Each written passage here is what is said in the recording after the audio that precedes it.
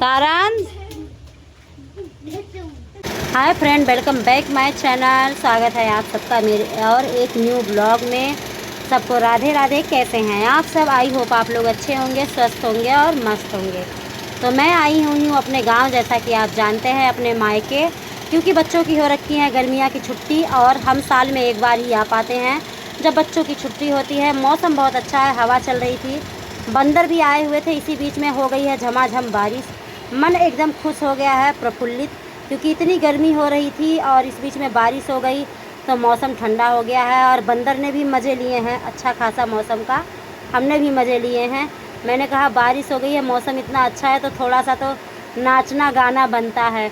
मेरे बच्चे इतना ज़्यादा खुश थे, मज़ा और भी ज़्यादा अगर आता जब भाभी होती।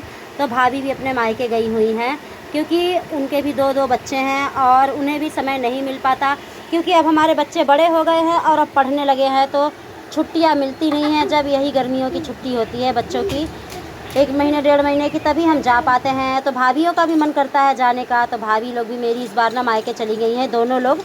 हालांकि आ जाएंगी अभी 2-4 दिन में। और मैं यहाँ पे आई थी ना, तो मतलब भाभी नहीं थी, मम्मी थी। तो मुझे ना थोड़ा बड़ा अजीब लग रहा था, क्योंकि बच्चे रहते हैं ना, मन लग जाता है खेलने कूदने में। और मैं आ गई थी अपने पुराने घर। ये मेरा वो घर है जहाँ पे मेरा जन्म हुआ था।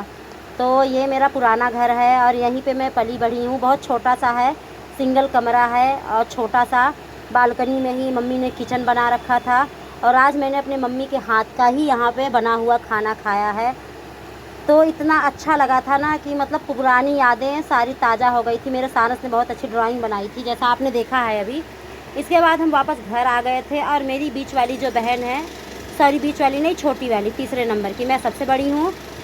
और मेरे से छोटी एक बहन है और उससे छोटी मेरी सिस्टर है, वो भी आई थी। क्योंकि जब भी हम यहाँ आते हैं तो हम तीनों लोग मिल पाते हैं, वरना तो वैसे तो मिलना होता ही नहीं है। पर जब भी मैं यहाँ आती हूँ तो मेरी बहन मुझसे मिलने के लिए ज़रूर आती है। तो हम तीनों बहन एक साथ मिल जाते हैं। मेरी बहन जो है वो पास पास में है, तो वो आती जाती रहती हैं मायके। पर मैं इतनी दूर हूँ कि मेरा जल्दी आना नहीं होता। अगर बीच में एक आध बार आई 4-6 महीने में, नहीं तो साल में एक बार ही। और बच्चे भी मेरे बहन के आ गए थे तो मेरे बच्चों का भी मन लग गया था, क्योंकि 2 से 4 हो गए थे तो भरपूर खेल रहे थे और कूद रहे थे। अभी तक बच्चे नहीं थे तो इनका भी मन नहीं लग रहा था इतना ज़्यादा। फिर मैंने, मम्मी ने, मेरी बहन ने बातें कर रहे थे, सब खेल कूद रहे थे।